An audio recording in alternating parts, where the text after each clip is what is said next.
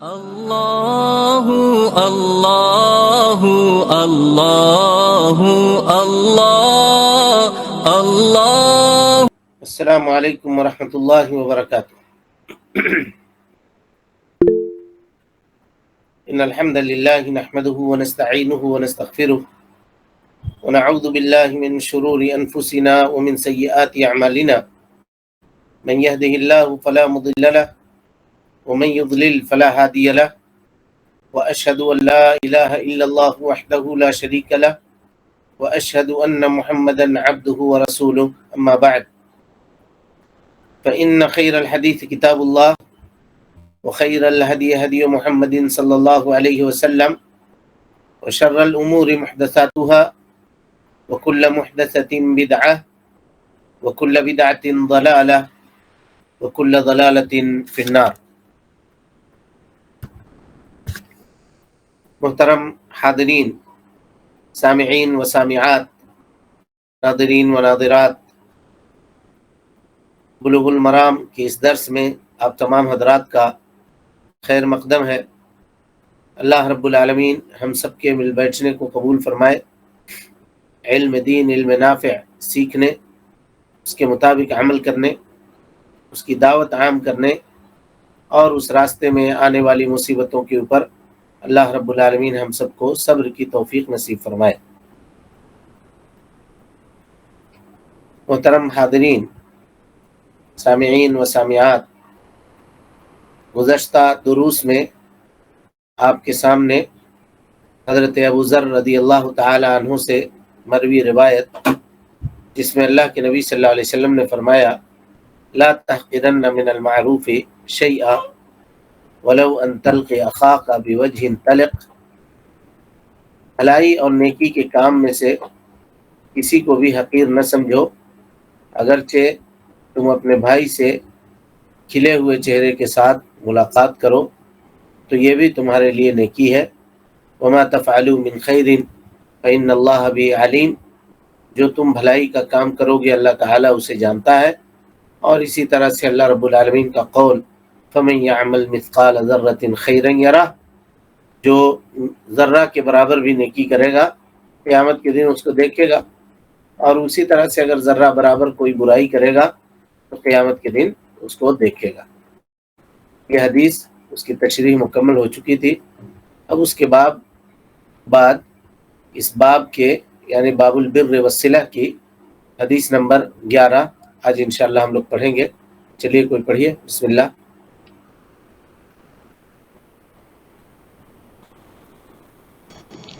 الحمد لله وحده والصلاة والسلام على من لا نبي بعد، ما بعد، فأعوذ بالله من الشيطان الرجيم، بسم الله الرحمن الرحيم۔ وعنه رضي الله عنه قال رسول الله صلى الله عليه وسلم: إذا طبخت مرقة فأكثر معها وتعاهد جيرانك، أخرجهما مسلم۔ اور نہیں یعنی سید ابو ذر رضی اللہ عنہ سے روایت مروی ہے کہ رسول اللہ صلی اللہ علیہ وسلم نے فرمایا: جب تم شوربہ پکاؤ تو اس میں پانی زیادہ ڈال لیا کرو اور اپنے ہمسایہ کا بھی خیال رکھا کرو۔ ان دونوں احادیث کو مسلم نے روایت کیا۔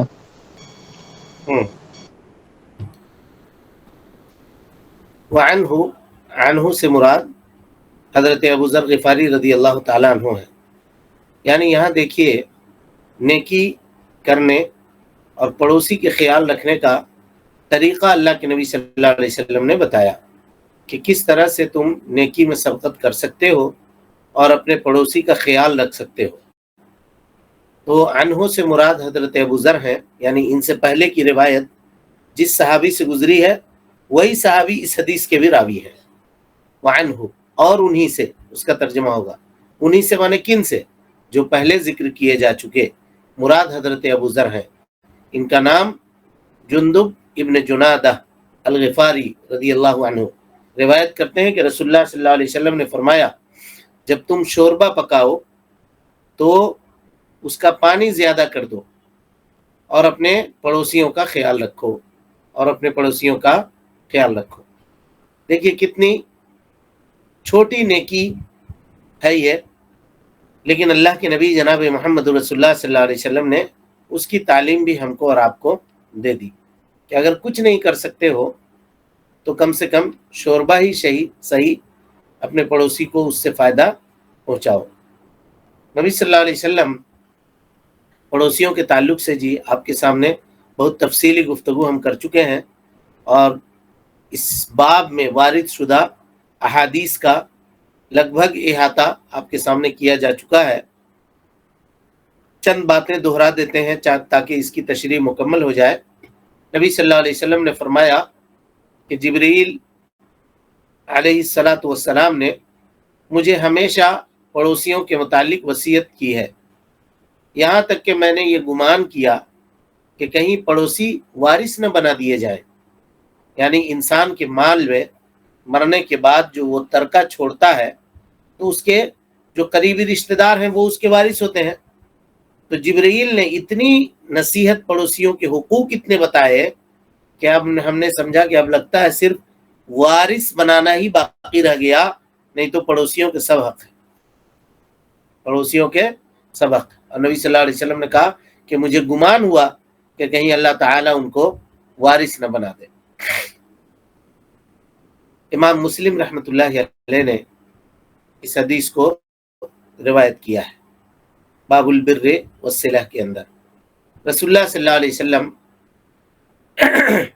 نے اس حدیث میں ہماری اور آپ کی توجہ اس جانب مبذول کی ہے کہ انسان صرف اپنی لذت کا خیال نہ رکھے بلکہ اپنے پڑوسی کا بھی خیال رکھے۔ اگر گوشت یا سبزی کم ہے تو اپنے ہمسائے کو اس میں سے نہیں دے سکتا تو کم سے کم شوربہ زیادہ کر کے ہمسائے کو دے۔ اور مروت کے خلاف ہے یہ بات کہ انسان خود تو اچھا کھائے، خود گوشت کھائے، سالن کھائے، اور اس کا پڑوسی بغیر سالن کے سو جائے یا سالن کے بغیر وہ کھانا کھائے، یہ انسان کے مروت کے خلاف ہے، انسان کے مروت کے خلاف ہے۔ اسی طرح سے حضرت عبداللہ ابن عباس رضی اللہ تعالیٰ عنہ سے روایت ہے کہ اللہ کے نبی صلی اللہ علیہ وسلم نے فرمایا لیس المؤمن، وہ مومن نہیں ہوتا، کا کون؟ الذی یشبع، جو بھر پیٹ کھا لے، وجارہ جائع، اور اس کا پڑوسی اس کے بغل میں بھوکا سوئے، وہ آدمی مومن نہیں ہو سکتا۔ امام البانی رحمۃ اللہ علیہ نے اس حدیث کو حسن کہا ہے۔ پڑوسی کو تحفہ دینے وقت یہ خیال نہیں کرنا چاہیے کہ میں پتلا شوربہ یا معمولی چیز بطور تحفہ کیوں دوں۔ نبی صلی اللہ علیہ وسلم نے فرمایا کہ اپنے پڑوسی کے لیے اگر کوئی چیز حقیر نہ جانو، خواہ وہ بکری کی کھر ہی کیوں نہ ہو۔ بکری کا کھر ہے، اس کی کیا قیمت ہے؟ کوئی قیمت نہیں ہے۔ کہا پڑوسی کو اگر وہ بھی دے رہے ہو تو یہ بھی تمہارے لیے نیکی ہے، اور اس کو حقیر نہیں سمجھنا چاہیے۔ دونوں طرف سے بات ہے، دینے والے کو بھی حقیر نہیں سمجھنا چاہیے اور لینے والے کو بھی حقیر نہیں سمجھنا چاہیے۔ آج کل اگر کوئی آدمی دے تو لینے والا 10 طرح کی باتیں سنائے گا کہ تم ہم کو حقیر سمجھے ہو، غریب سمجھے ہو، سب گوشت خود کھا لیا، ہم کو شوربہ لے کر کے دیے ہو۔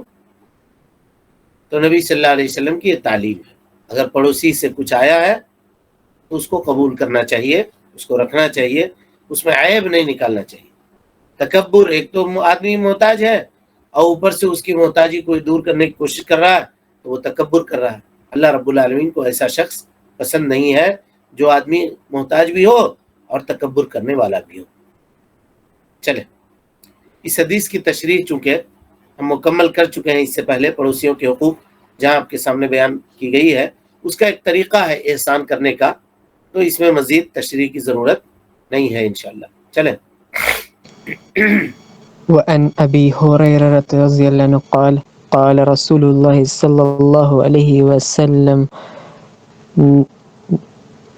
من نفس عن مؤمن كربة من كرب الدنيا نفس الله عنه كربة من كرب يوم القيامة ومن يسر على مؤسر يسر الله عليه في الدنيا والآخرة ومن ستر مسلما ستره الله في الدنيا والآخرة والله في عون العبد ما كان العبد في عون أخيه اخرجہ مسلم۔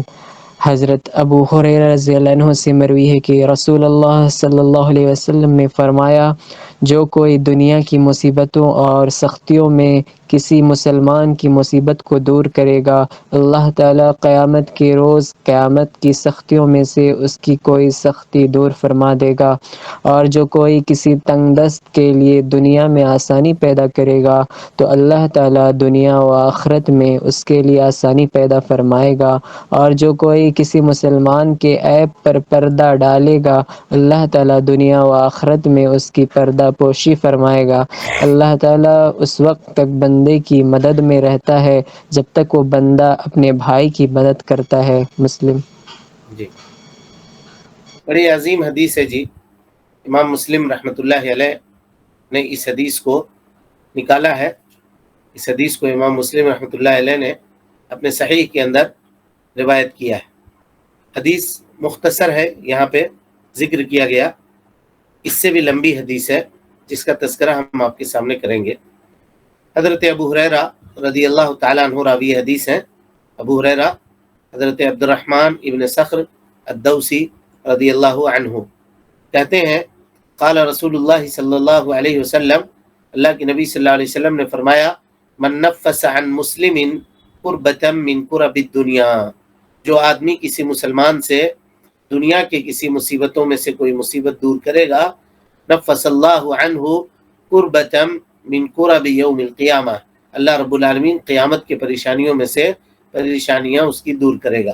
ومن یسر علی معسر، جو آدمی کسی تنگ دست کے اوپر آسانی کرے گا، یسر اللہ علیہ فی الدنیا والآخرہ، اللہ رب العالمین دنیا اور آخرت میں اس کے ساتھ آسانی کا معاملہ کرے گا۔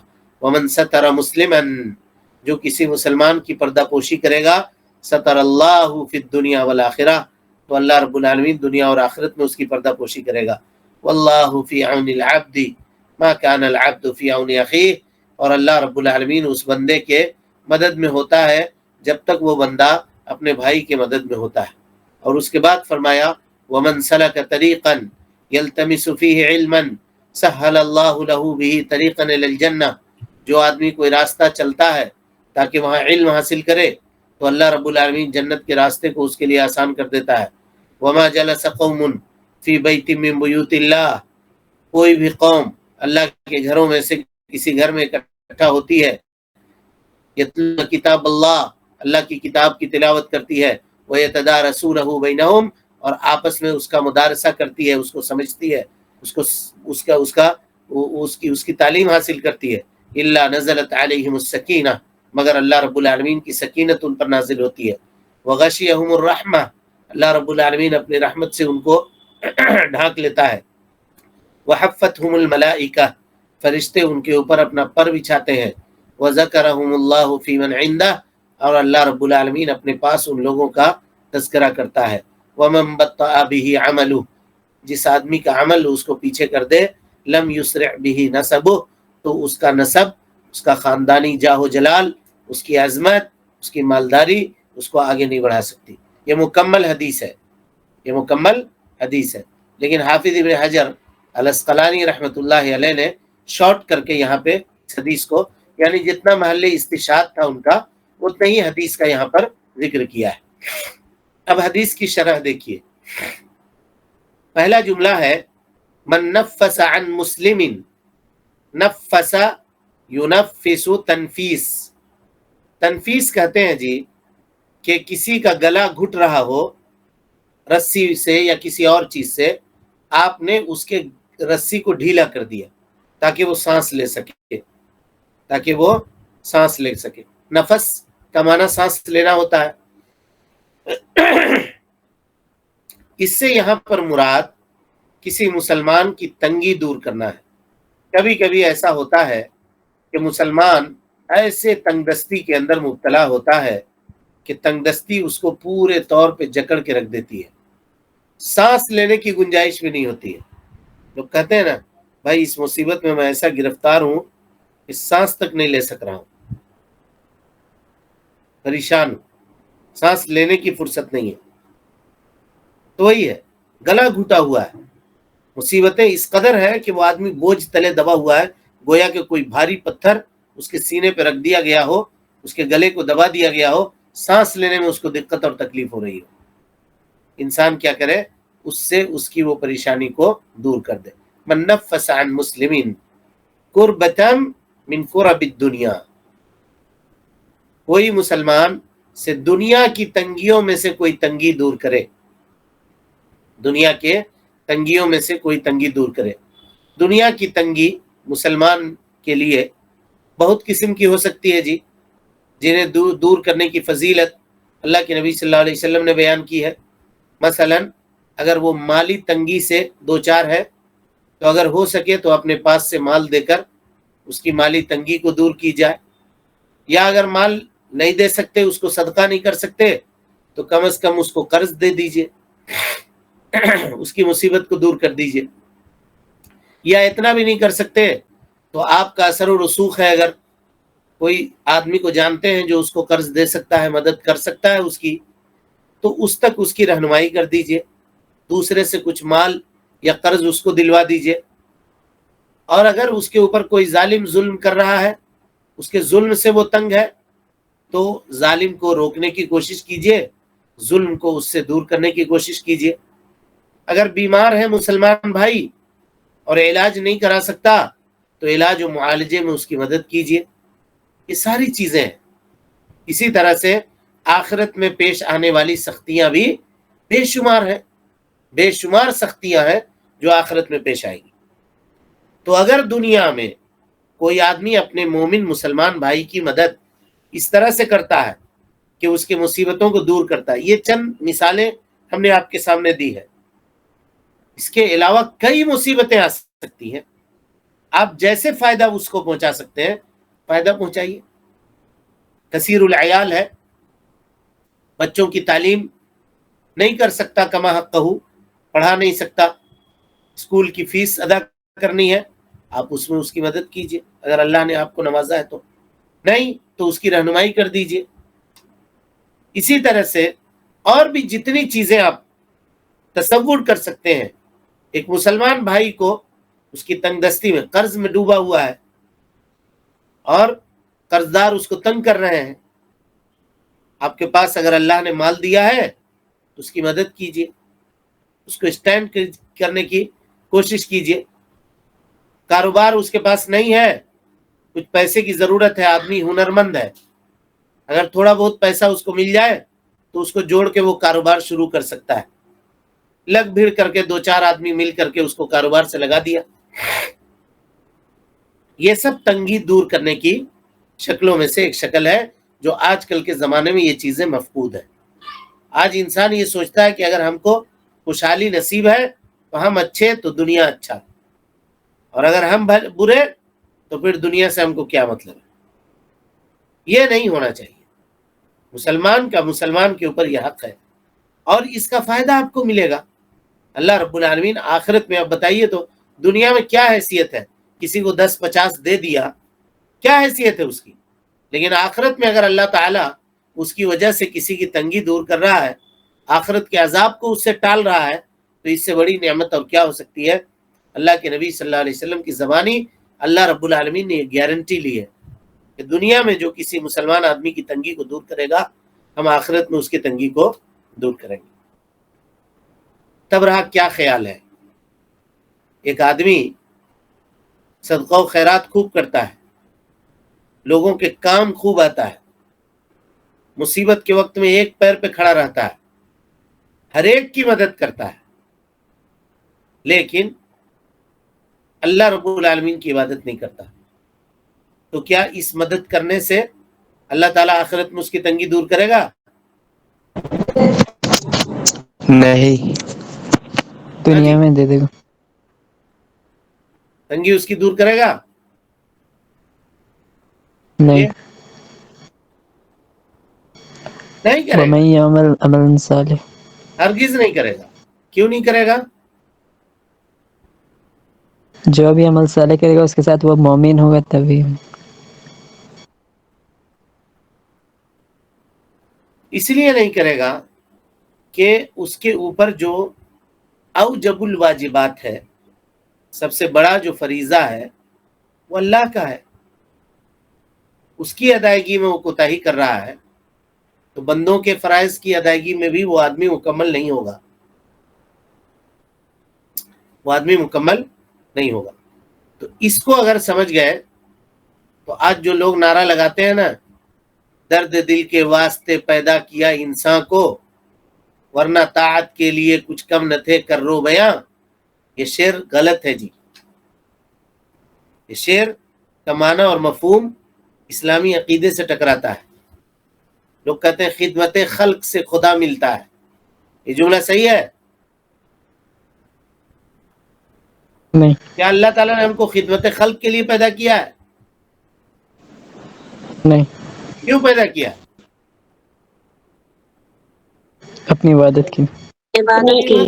پیدا کیا وما خلقت الجن والانس الا لیعبدون، ہم نے اپنی عبادت کے لیے پیدا کیا۔ اب لوگ نکلیں گے کہیں گے خدمت خلق اتنی بڑی عبادت ہے کہ اس سے آپ پرماتما تک پہنچ سکتے ہیں، آتما کو کسی کے خوش کیجئے گا تو پرماتما ملے گا، سمجھ رہے ہیں؟ یہ جہالت ہے۔ اسلام کی تعلیمات سے کیا ہے؟ آدمی غافل ہونے کی وجہ ہے یہ۔ امام نووی رحمۃ اللہ علیہ اس حدیث کی تشریح میں لکھتے ہیں، مسلم رحمۃ اللہ علیہ نے اس حدیث کو نقل کیا ہے، مسلم کی شرح امام نووی رحمۃ اللہ علیہ نے کی ہے، وہ اس حدیث کی تشریح میں لکھتے ہیں جی، دیکھیے کہتے ہیں کہ مسلم بھائی کی تنگی دور کرنے والے کے لیے آخرت کی تنگیوں میں سے کوئی تنگی دور کرنے کی بشارت تبھی پوری ہوگی جب اس کا خاتمہ ایمان کے اوپر ہو، جب اس کا خاتمہ ایمان پر ہو۔ اس حدیث پر ایمان کے اوپر خاتمہ اگر ہے تو اس حدیث کا جو فائدہ ہے وہ مذکور ہوگا، لیکن آدمی ایمان والا نہیں ہے، بے ایمان ہے، اور اللہ رب العالمین کے فرائض سے غفلت برتتا ہے اور لوگوں کے لیے بڑا فراخ دل ہے، تو ایسے آدمی کو اس حدیث سے فائدہ نہیں ملے گا۔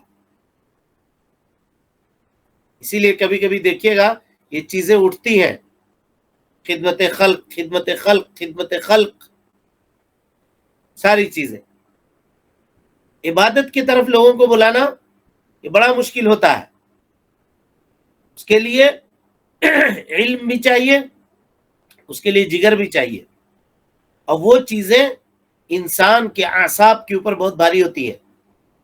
اس کے مقابلے میں خدمت خلق کے لیے دیکھیے 50 گو آپ کوئی معاملہ کروائیے، کتنا لوگ نکلتے ہیں، دینی اگر کوئی بات ہو تو خدمت خلق کا اعلان کیجئے، ٹولی لگا کے لوگ پہنچ جائیں گے، سمجھ رہے ہیں؟ اس لیے کہ اس میں نفس کا حظوظ بھی ہوتا ہے شامل، فلاں نے فلاں کی مدد کی، اس نے اس کی مدد کی، اس نے اس کا ساتھ دیا، پھر جس کی آپ ساتھ دے رہے ہیں وہ بھی آپ کی تعریف کرتا ہے، احسان مند ہوتا ہے، تو یہ عمل آسان ہے۔ لیکن یہ کب ہے؟ کسی مسلمان کی تنگی یا اس کی پریشانی دور کرنے پر اتنا بڑا اجر کب ملے گا؟ جب انسان کیا ہو؟ اللہ کے حقوق کو ادا کرنے والا ہو، جب انسان ایمان والا ہو اور عمل صالح کرنے والا ہو، اس کے بعد یہ چیزیں اس کو فائدہ پہنچائیں گی، وگرنہ یہ چیزیں اس کو فائدہ نہیں پہنچائے گی۔ اسی طرح سے جی کہا وَمَنْ يَسَّرَ عَلَى مُعْسِرٍ، تنگ دست پر آسانی کرو، اور جو آدمی تنگ دست شخص کے اوپر آسانی کرے گا تو اللہ رب العالمین قیامت کے دنیا اور آخرت میں اس کے ساتھ آسانی کرے گا، دنیا اور آخرت میں اس کے ساتھ آسانی کرے گا۔ قرآن مجید میں اللہ تعالیٰ فرماتا ہے وَإِن كَانَ ذُو عُسْرَةٍ فَنَظِرَةٌ إِلَى مَيْسَرَةٍ وَأَن تَصَدَّقُوا خَيْرٌ لَكُمْ إِن كُنتُمْ تَعْلَمُونَ، اگر کسی کو آپ نے قرض دیا ہے اور مقروض جو ہے قرض لینے والا تنگ دست ہو گیا، تو آپ کے اوپر واجب ہے آپ اس کو مہلت دیجئے، آپ اس کو مہلت دیجئے۔ وعدہ کیا تھا، لے گیا پیسہ، لیکن آپ نے دیکھا کہ واقعی یہ آدمی تنگ دست ہو گیا، پیسہ لگایا تھا دکان میں، ڈوب گیا، کامیاب نہیں ہو سکا۔ کوئی اور بزنس کے لیے کہہ کر لے گیا تھا، پیسہ لگایا، اس میں نہیں کامیاب ہو سکا، تو اب اس کی گردن مت دبائیے، تھوڑا اس کو مہلت دیجیے۔ فَنَظِرَةٌ إِلَىٰ مَيْسَرَةٍ، آسانی آ جانے تک اس کو ڈھیل دیجیے، چھوڑیے اس کو، اس سے اعراض کیجیے آسانی آنے تک۔ فَنَظِرَةٌ إِلَىٰ مَيْسَرَةٍ۔ اور اسلام نے آگے تعلیم دی، کہا وَأَن تَصَدَّقُوا، اگر تم صدقہ کر دو، خیر لکم، تو یہ تمہارے لیے سب سے بہتر ہے، تمہارے لیے سب سے بہتر ہے، ان کنتم تعلمون، اگر تمہیں اس کا علم ہے، یعنی جو اجر و ثواب اللہ رب العالمین اس پر تمہیں عطا کرے گا، یہ اس سے کہیں زیادہ ہے جو تم صدقہ دنیا کے اندر کر رہے ہو اس مسکین کی مدد کرتے ہوئے۔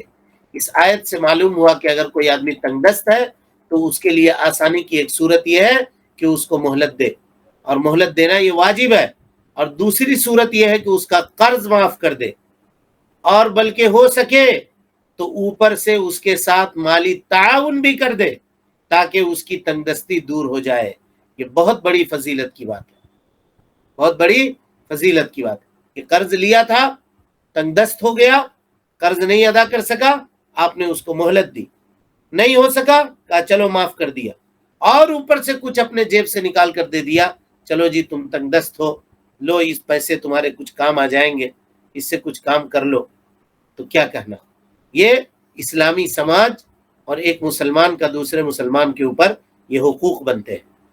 آج لوگ تنگ دست کی تنگ دستی کو دیکھ کر کے اس کا مذاق اڑاتے ہیں، خوش ہوتے ہیں، بلکہ خوش ہونا تو دور کی بات ہے، کوئی اگر کوشش کرتا ہے کسی معاملے میں تو لوگ کوشش کرتے ہیں کہ وہ آگے بڑھے ہی نہ، وہ کمزور ہی رہے، تو یہ ایماندار ہونے کی علامت نہیں ہے، بلکہ اس کی ٹانگ کھینچنے کے بجائے آپ کو چاہیے کہ آپ اس کا کندھا دیں، اس کو اوپر کریں، اس کو اٹھائیں۔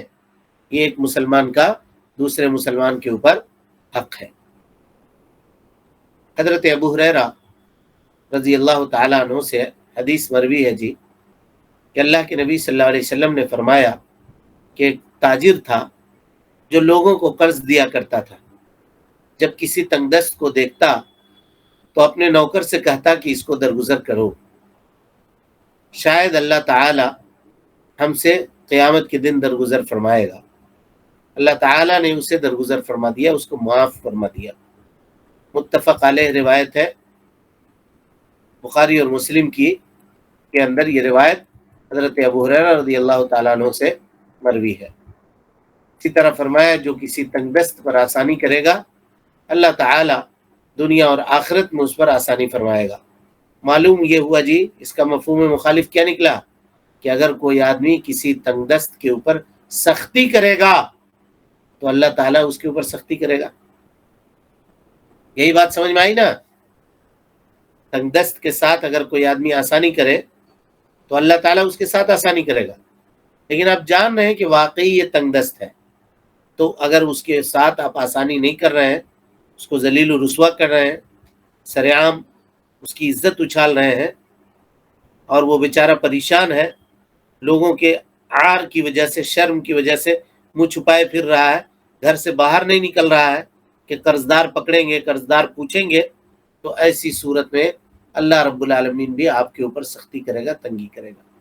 لیکن صرف یہ معاملہ نہیں ہے، ایک معاملہ یہ بھی ہے کہ اگر کسی نے مال لیا آپ سے اور وہ مالدار ہے، پیسہ دینے کے لائق ہے، وہ آپ کا پیسہ دے سکتا ہے، اپنی ساری ضرورتیں پوری کر رہا ہے، خوشحال ہے، اور پیسہ نہیں ادا کر رہا ہے، قرض لے لیا ہے، سال سال گاڑی بدلتا ہے اپنی، مکان پہ مکان بنایا جا رہا ہے، زمین پہ زمین خریدے جا رہا ہے، یہ سب چیز دیکھ رہے ہیں آپ، لیکن آپ کا قرضہ لیا ہے، قرضہ نہیں ادا کر رہا، تو کیا ایسے شخص کو مہلت دینا واجب ہے؟ نہیں بولیے نہیں ہے، بلکہ ایسے شخص کو بے عزت کیا جا سکتا ہے۔ نبی صلی اللہ علیہ وسلم نے فرمایا مثل الغنی ظلم، اگر غنی ہے آدمی اور وہ ٹال مٹول کر رہا ہے، آج دیں گے کل دیں گے، آج دیں گے کل دیں گے، یہ ہفتہ دیں گے وہ ہفتہ دیں گے، تو ایسا کرنا ظلم ہے۔ یحل عرضہ، اس کی عزت حلال ہے۔ آپ اس کو سرعام رسوا کر سکتے ہیں، اس کے معاملے کو عدالت اور کورٹ میں لے جا سکتے ہیں، اس کے راز کو لوگوں کے سامنے بیان کر سکتے ہیں کہ دیکھو اس نے ہم سے قرضہ لیا تھا، سب ضرورتیں اپنی پوری کر رہا ہے اور ہم کو نہیں دے رہا۔ اور ایسے لوگ جو ہوتے ہیں جی، وہ عام طور پہ ان احسان کرنے والوں کے لیے بہت بڑے سردرد ہوتے ہیں۔ ایک آدمی تو احسان کر کے کسی کو دیا قرضہ اور آپ اس کو لوٹا نہیں رہے وقت کے اوپر، اب مصیبت یہ ہوگا کہ پھر وہ کبھی آئندہ کسی کو دینا نہیں چاہے گا۔ آپ سبب بنے، وہ جو ایک خیر کر رہا تھا اس کار خیر سے روکنے کا، لہذا ایسا نہیں کرنا چاہیے، بلکہ اگر مال آ گیا ہے، تنگ دستی دور ہو گئی ہے، یا ضرورت آپ کی پوری ہو گئی ہے، آپ کے پاس مال ہے، تو کوشش کرنی چاہیے کہ پہلے قرض کی ادائیگی ہو جائے۔ اللہ تعالیٰ سے دعا ہے، حدیث ابھی باقی ہے، انشاءاللہ آئندہ درس میں اس کی تشریح کی جائے گی۔ اللہ رب العالمین سے دعا ہے کہ اللہ تعالیٰ ہمیں اور آپ کو حسن عمل کی توفیق دے۔ رب العالمین ہم سب کی اصلاح فرمائے، نیکیوں کو قبول کرے، سیئات سے درگزر فرمائے، جب تک زندہ رکھے دین اسلام پہ زندہ رکھے، اور جب اٹھائے ایمان پہ اٹھائے۔ آمین وآخر دعوانا ان الحمدللہ رب العالمین۔ کوئی سوال ہے جی کسی کے پاس؟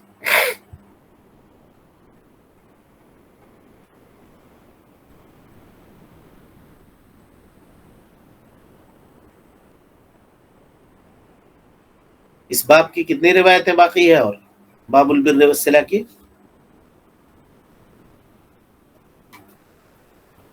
2 بس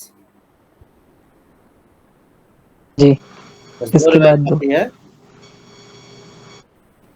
ایگزام کا پیٹرن آپ لوگوں کو معلوم ہو گیا ہے، اس باب کے بعد ایگزام نہیں ہوگا۔ اب جب اور مزید پڑھا لیں گے تو اس کے بعد ایگزام لیں گے، ٹھیک ہے؟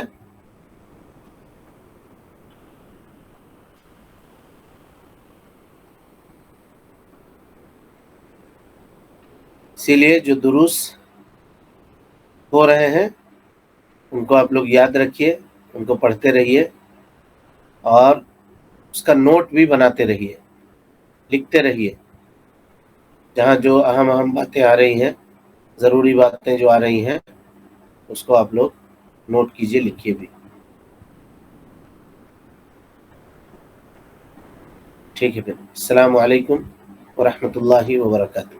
اللہ اللہ اللہ اللہ اللہ اللہ اللہ اللہ اللہ